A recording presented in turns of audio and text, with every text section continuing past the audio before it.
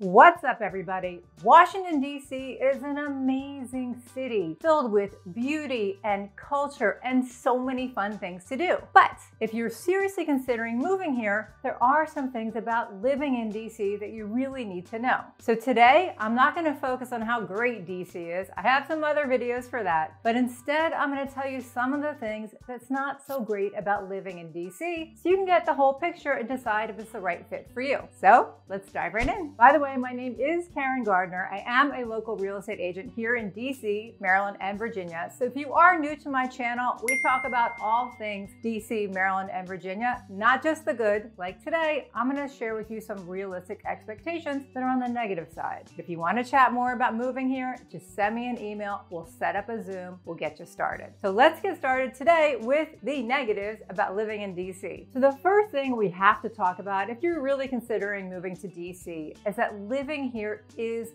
really expensive. Although DC is known for its free Smithsonian museums, which also includes the National Zoo and some fan favorites like the Air and Space Museum and the National Portrait Gallery. There are actually 21 free Smithsonian museums, so a lot to choose from. And you have the amazing monuments to walk around in the National Mall, which makes a really fun day. That's about all that's free in DC.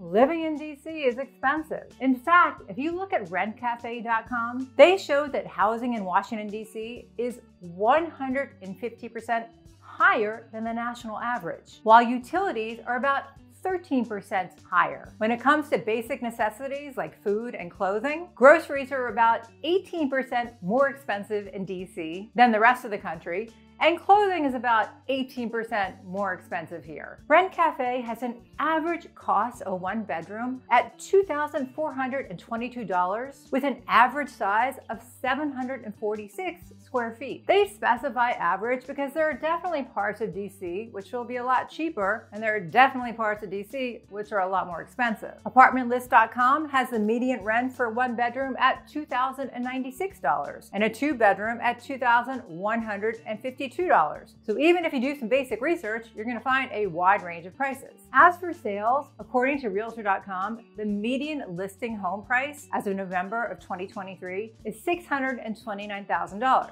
Now, I can tell you as a realtor who works here 24/7, they are taking into account the whole city, which has a diverse range of home prices. So if you are thinking about moving to DC and you do want a single family home or even a townhome, I would advise you to budget a little more money than that, just so you're not surprised at the different home values. Bottom line, DC is an expensive city to live in. Let's move on to traffic, because you can't live in DC without complaining about the traffic. Pretty bad. In fact, US News and World Report did a study on the top 10 cities with the worst traffic, and DC came in at number 8.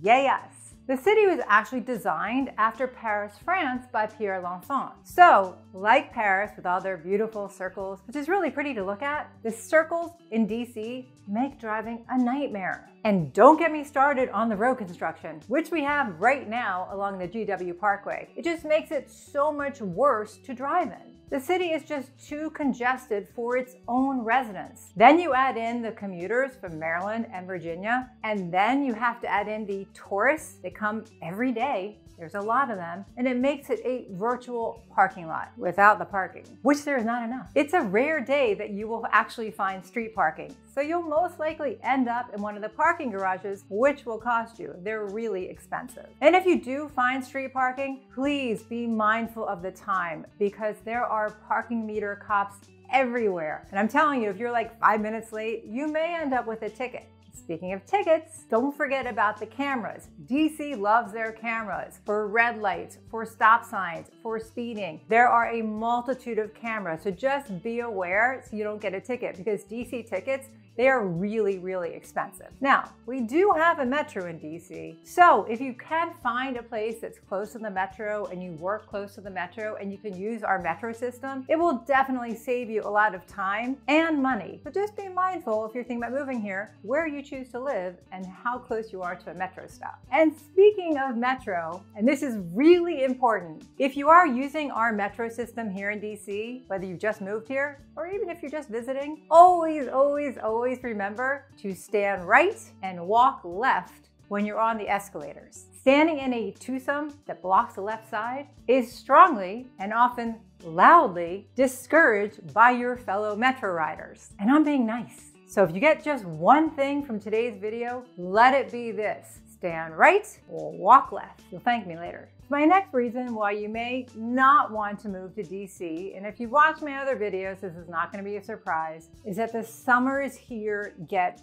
really bad. They get really hot and they get really, really humid. When you think of our nation's capital, you don't really think of a swamp, but according to history, DC was actually originally built on a swamp. Now, I don't know if that's actually true, but I can tell you, it certainly feels true. It gets super hot, super humid, and super buggy during the summer. It's pretty normal when you hear the weather person in the morning when you're starting your day say, well, today it's going to be 85 degrees, but it will feel like 110. And you know what? It does. It feels like 110. If you're thinking about moving here, here are some tips. Number one, get a dehumidifier for your basement. Run it all summer. You're gonna be really happy you did. And in the winter, we do get cold weather, and usually we'll get 1 or 2 snowstorms. So then you have to buy a humidifier to combat the dry heat. And as for the bugs, the mosquitoes here can get really bad in the summer, especially at dusk. Orkin actually did a study of the cities with the worst mosquitoes, and DC came in at number 6.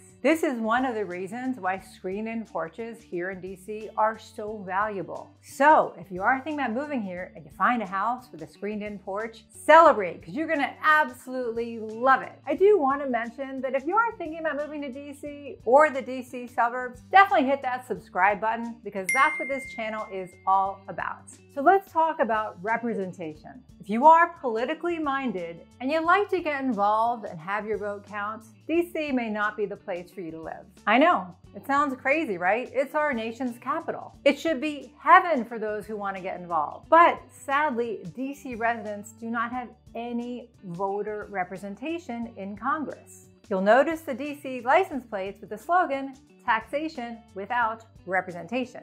Because while DC residents do not have representation, they pay taxes as if they do.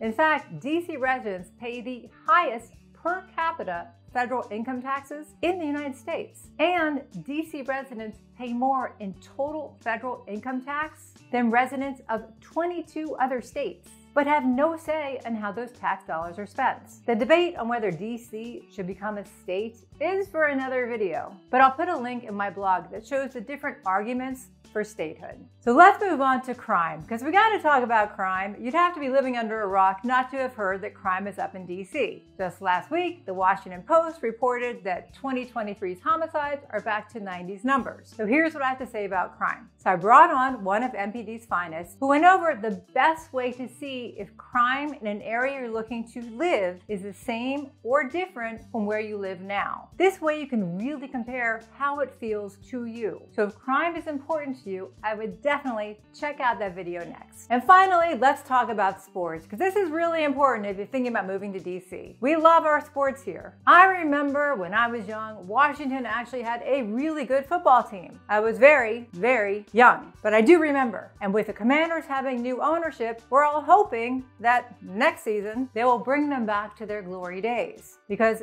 DC residents are die-hard fans for our DC teams, even if we complain a lot. Even with Baltimore so close by, you will be hard to find some Raven fans that live in DC. We like our teams and we're gonna stick by them. As for other DC teams, and we have a lot of them, there's a rumor going around that the Washington Wizards and the Capitals are moving out of DC and into Virginia, which is breaking hearts all around the district. We really don't want them to go. Cap games are really a lot of fun, and we need our DC teams to stay. I mean, come on, Virginia doesn't have any professional sports teams at all. Maybe there's a reason for that. Don't hate me, Virginia. There's a lot more I can say about living in DC. I was born there and I moved back and forth between my parents' homes, between DC and Maryland, since I was really young, and I absolutely love this city. If you do want to know more about living there, check this video out next. And if you are thinking about moving to DC or the DC suburbs and you would like our help, just send us an email. We'll set up a Zoom. We'll get you started. Thanks for watching. I do appreciate it. Bye.